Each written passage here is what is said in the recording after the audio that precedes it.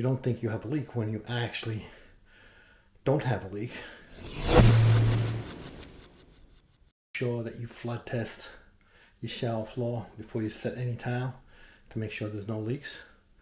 But there's another small step that you want to take to make sure you don't get any false readings, that you don't think you have a leak when you actually don't have a leak.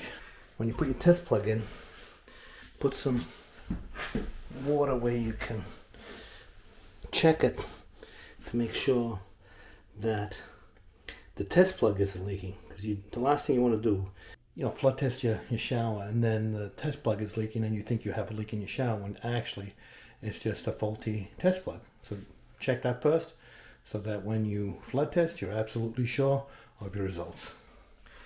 Okay, so that's been sitting there for a couple of hours. Get some water and flood test.